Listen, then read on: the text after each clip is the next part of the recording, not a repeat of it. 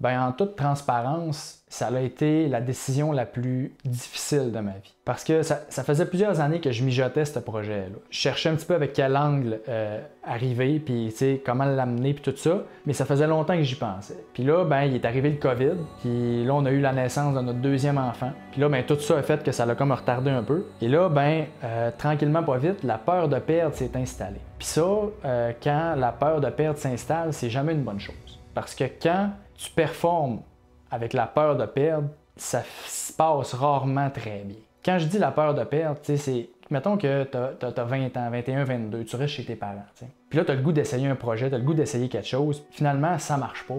Ben, les conséquences sont assez minimes. T'sais, à part une claque d'en face au niveau de l'ego puis avoir mal à l'orgueil, les conséquences financières sont probablement presque inexistantes. C'est pas très grave, entre guillemets, de se planter quand t'es plus jeune. Ça fait partie de la game. Mais quand t'es rendu avec une famille, une blonde, 2 enfants, et que cette famille-là dépend de toi principalement pour les revenus et tout ça, dire on va faire un projet qui n'a aucune garantie de fonctionner, ben là, tu sais, si mettons ça marche pas, les conséquences peuvent être beaucoup plus graves et beaucoup plus importantes. T'sais. Fait que c'est là que des fois ça amène un côté de c'est plus juste moi. Là.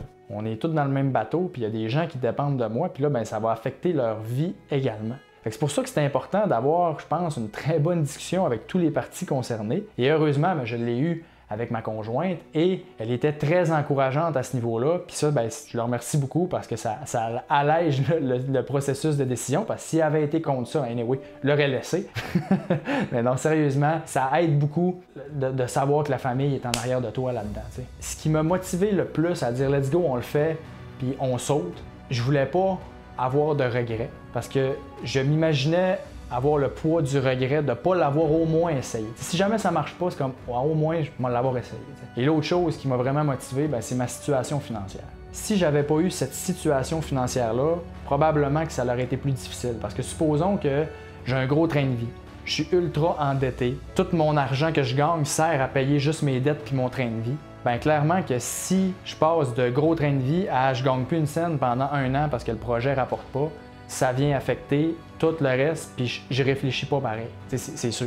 Puis là, tu as le stress qui embarque et tout ça. Mais là, le fait que j'ai cette situation financière-là me permet de dire, ben OK, parfait, même si ça marche pas, ben je vais être capable de quand même me revirer de bord, puis je repars pas de zéro. T'sais. Ma situation financière permet que j'ai pas besoin de me verser de salaire. Moi, tous les revenus qui sont faits via les formations, l'objectif est de ne pas toucher à ça et de juste 100% réinvestir dans la business pour la faire croître et être en mesure d'aider plus de gens puis de faire encore du meilleur contenu, des meilleures formations puis de grossir ça. T'sais. Je ne pogne pas cet argent-là pour me payer une Lambo. Je pogne cet argent-là puis c'est juste dans le but, encore une fois, de contribuer à la cause. That's it.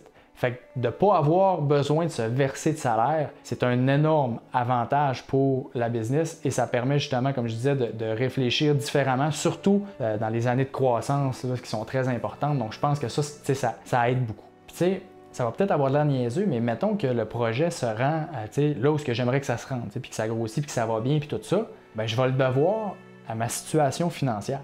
Puis cette situation financière-là, je la dois au principe et au concept et aux bonnes choses que j'ai faites pendant les 12-13 dernières années, qui, soit dit en passant, tout ça est enseigné dans les formations.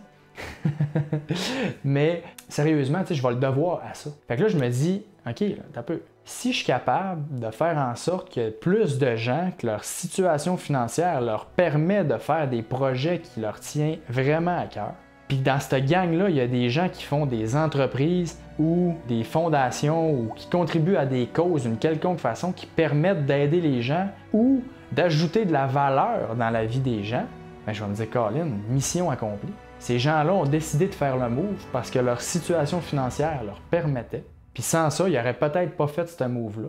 Puis ça aurait impacté négativement plein de choses parce qu'il y aurait plein de gens qui n'auraient pas bénéficié de tous les services que maintenant ces gens-là offrent. Si ça arrive à ça un jour, je vais pouvoir me dire mission accomplie.